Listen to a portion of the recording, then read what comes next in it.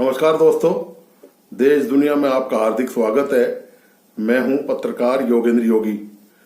दोस्तों, आपने एक पुरानी कव्वाली सुनी होगी कि हमें तो लूट लिया मिल के हुस्न वालों ने।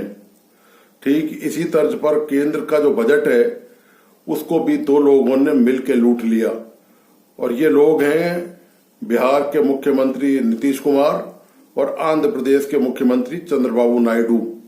सारा बजट का प्रभाव आप देखें, सारा बजट का जो प्रवाह है वो एक ही तरफ जाता आपको नजर आ रहा है। बिहार को इस बजट में मिले 58,000 करोड़ का पैकेज दिया गया है और आंध्र प्रदेश को मिला है 15,000 करोड़, और ये पहला साल है। पूरी सरकार अभी दोस्तों 5 साल चलेगी, तो और भी जो आगे जो आने वाले जो साल हैं उनमें जो बजट जब केंद्र सरकार बनाएगी और उसको पास करेगी तो निश्चित तौर पर यही दोनों राज्य हैं, ये केंद्र के पूरे बजट पर यानी कि पूरे देश पर दो भारी, एक बिहारी और एक आंध्र प्रदेश वाला, मतलब दोनों मिलकर आगे 5 साल तक भारी पड़ने वाले हैं।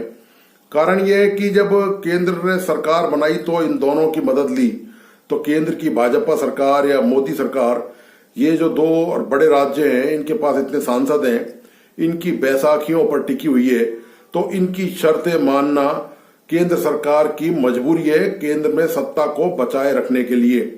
तो ऐसी स्थिति में जब केंद्र में सत्ता को बचाए रखना है तो पहले तो इन दोनों राज्यों के मुख्यमंत्रियों ने दोनों राज्यों को विशेष दर्जा देने की मांग करी। आपको बताता चलूं कि विशेष दर्जे का प्रावधान का मतलब यह है कि इन राज्यों को स्पेशल स्टेटस देना, और उस स्टेटस के हिसाब से इनकी जो जरूरत है, इनका जो डेवलपमेंट है, उसके लिए बजट का अलोकेशन अलग से करना। मतलब उसमें वो बहुत भारी पड़ता, और उसमें सवाल ये भी उठता जब इन दो राज्यों को, जो कि बिहार तो चलो फिर भी पिछड़ा हुआ राज्य देश में माना जाता है, लेकिन आंध्र प्रदेश तो देश के विकसित राज्यों में शामिल है। यदि उसको आप विशेष राज्य का दर्जा देंगे तो और जो देश के पिछड़े राज्य हैं फिर उनका क्या होगा। खासतौर से यदि अपोजिशन की सरकार की बात नहीं करें तो जो भाजपा शासित राज्य हैं, छत्तीसगढ़ है, राजस्थान है, ये तो जबरदस्त पिछड़े हुए राज्यों में शामिल होते हैं, तो फिर इनको विशेष राज्य का दर्जा कैसे नहीं मिलता। तो इस झमेले से बचने के लिए, इस मुश्किल से बचने के लिए केंद्र सरकार ने इन दोनों मुख्यमंत्रियों को समझाया कि विशेष राज्य के दर्जे की प्लीज मांग को रहने दो, हम इस बजट में ही आपको अच्छा खासा पैकेज दे देंगे। तो बजट में पैकेज दिया 15,000 करोड़ का बिहार को, 15,000 करोड़ का आंध्र प्रदेश को, और 58,000 करोड़ का भारी भरकम बजट वो दिया बिहार को। तो बजट में जब इतनी राशि दो राज्यों को चली जाए तो देश में फिर दूसरे राज्यों को देने के लिए बचता ही क्या है। और वैसे भी मैं आपको ये बताता चलूं कि चूंकि अब विधानसभा के चुनाव हो चुके हैं, अभी जो हुए थे 3-4 महीने पहले विधानसभा के चुनाव, और लोकसभा के चुनाव तो हाल ही हो चुके हैं, और लोकसभा के चुनाव के बाद केंद्र में भारतीय जनता पार्टी सरकार बना चुकी है, तो चुनाव तो अब 5 साल से पहले होने वाले नहीं है। ये भाजपा को अच्छी तरह से पता है कि 5 साल के जो लास्ट बजट होंगे, जो आखिरी जो बजट होंगे 2 सालों के, उनमें जरूर कुछ देश में दूसरे राज्यों के लिए या फिर ऐसी बेहतरीन जो योजनाएं होंगी, वो जो लोक लुभावन योजनाएं जिनको बोलते हैं, वो उस समय पेश कर दी जाएंगी। इन 3 सालों के दौरान तो यही होगा कि बजट का जो मेजर पार्ट है, बड़ा हिस्सा है, वो इन दोनों राज्यों को देना पड़ेगा यदि केंद्र में सरकार चलानी है। तो रहा सवाल भारतीय जनता पार्टी के शासित राज्य, करीब 10-12 राज्यों में भारतीय जनता पार्टी का शासन है, जिसमें हाल में ही आपको पता है कि जो 3 राज्य हैं, राजस्थान, छत्तीसगढ़ और मध्य प्रदेश, इनमें भी हाल में भारतीय जनता पार्टी ने चुनाव जीता है, जिसमें मध्य प्रदेश में तो ऑलरेडी भारतीय जनता पार्टी थी, और राजस्थान और छत्तीसगढ़ में कांग्रेस को बाहर हटाकर और चुनाव जीती है।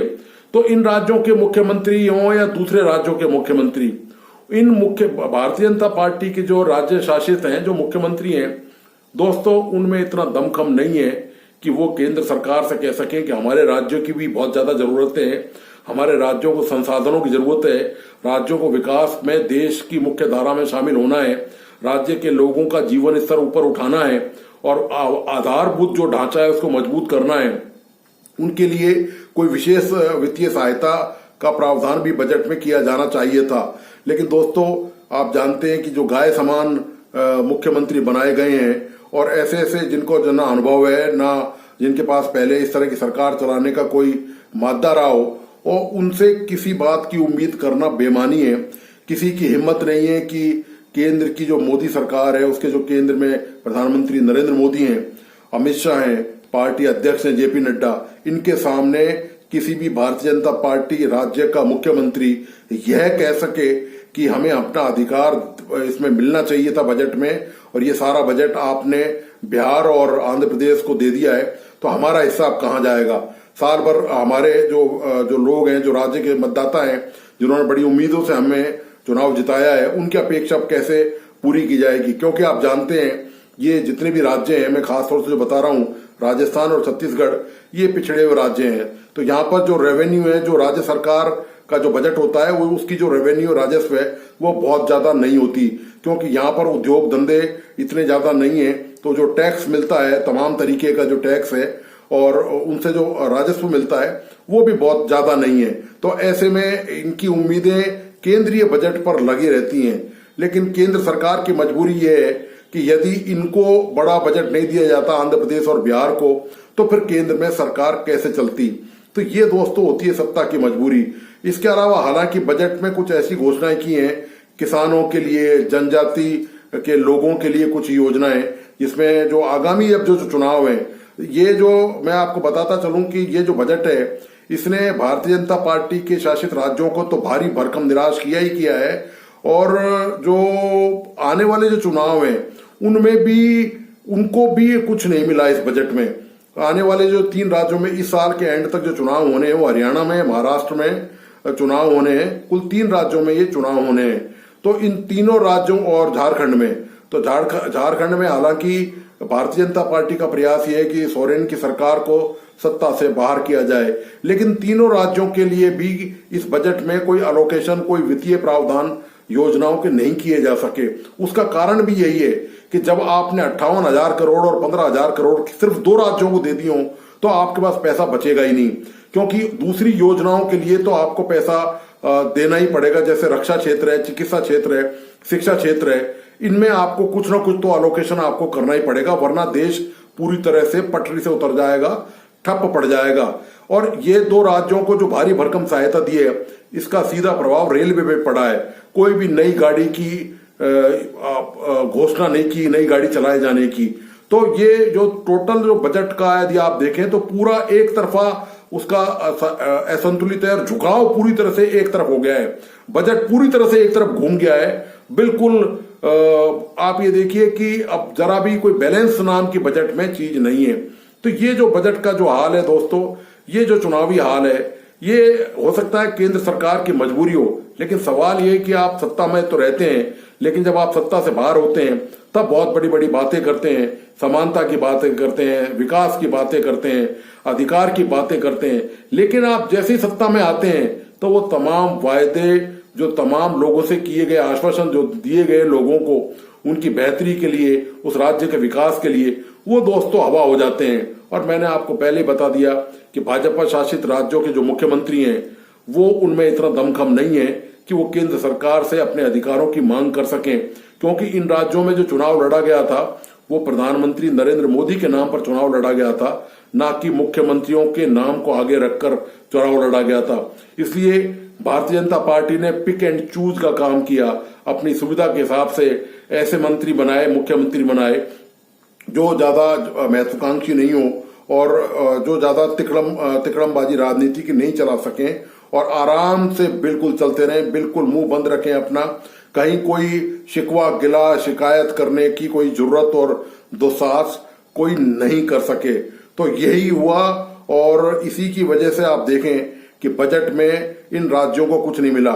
जहां तक बजट की बात है तो साउथ के राज्यों को तो कर्नाटक, तमिलनाडु और इनको तो कुछ मिलना ही नहीं था। जिन राज्यों से बीजेपी लोकसभा का चुनाव नहीं जीत पाई है या बहुत कम सीटें आई हैं, उन राज्यों को भी इस बजट में कोई कुछ ज्यादा कुछ नहीं मिला है। जो राष्ट्रीय योजनाएं हैं, जैसे चिकित्सा की, शिक्षा की, कृषि की, जनजाति की, वो पूरे देश में लागू होंगी, वो पूरे देश में एक साथ लागू होती हैं। इसलिए वहां पर जो भी हिस्सा उस राज्य का होता है वो सभी को मिलेगा, चाहे वो कांग्रेस का शासित सरकार हो या भाजपा में वहां पर शासन हो राज्य का। तो वहां पर वो हिस्सा बराबर सबको मिलेगा, लेकिन अलग से जो प्रावधान है वो किसी भी राज्य के लिए नहीं किया गया है। यहाँ तक कि जो भारतीय जनता पार्टी का सबसे बड़ा राज्य है उत्तर प्रदेश है, जहां योगी आदित्यनाथ की सरकार है, उसको भी कोई विशेष प्रावधान नहीं किया गया है। ये जो जनजाति के लिए और किसानों के लिए और दूसरी योजनाओं के जो बजट की घोषणा की गई है, योजनाएं जो जारी की गई हैं, उनका कोई लाभ यदि उनको मिलेगा दूसरे राज्यों की तरह, मतलब दूसरे राज्यों के समान स्थिति में उत्तर प्रदेश को भी लाके खड़ा कर दिया गया है। और बिहार की तरह और आंध्र प्रदेश की तरह कोई चमकीले सितारे और कोई नहीं है। केवल आपको बजट के आसमान में नक्षत्र बन के यदि कोई चमक रहे हैं सितारे, तो वो केवल यही 2 राज्य हैं। और सीधी सी बात है कि ये केंद्र में मोदी सरकार की मजबूरी है कि यदि 5 साल शांति से सत्ता में रहना है, तो इन दोनों राज्यों के जो मुख्यमंत्री हैं और जो पार्टी के अध्यक्ष हैं, सर्वे सर्वा हैं, नायडू और नीतीश कुमार, इनकी दोस्तों माननी और सुननी पड़ेगी और इनकी बात ही चलेगी अगले 5 सालों तक। निश्चित तौर पर सरकार कोई खतरा इनको नाराज होकर नहीं लेना चाहती है। तो ये तो दोस्तों राजनीति का ये आज का काम नहीं है, ये दशकों से ये सिलसिला चला आ रहा है कि राजनीति इसलिए निर्दयता का एक खेल है जहां पर इमोशंस की, भावनाओं की जरूरत नहीं है, और होती भी है तो उसको कुचलना पड़ता है। यही इस बजट में केंद्र की सरकार ने किया भी है। तो दोस्तों, आपको आज का ये विश्लेषण कैसा लगा, प्लीज अपने लाइक्स और कमेंट के साथ मुझे जरूर बताइए, और इस वीडियो को अपने दोस्तों और परिजनों को जरूर शेयर कीजिए। साथ ही इस YouTube चैनल को लाइक, सब्सक्राइब करना और बेल आइकॉन का बटन दबाना नहीं भूलें। धन्यवाद, नमस्कार।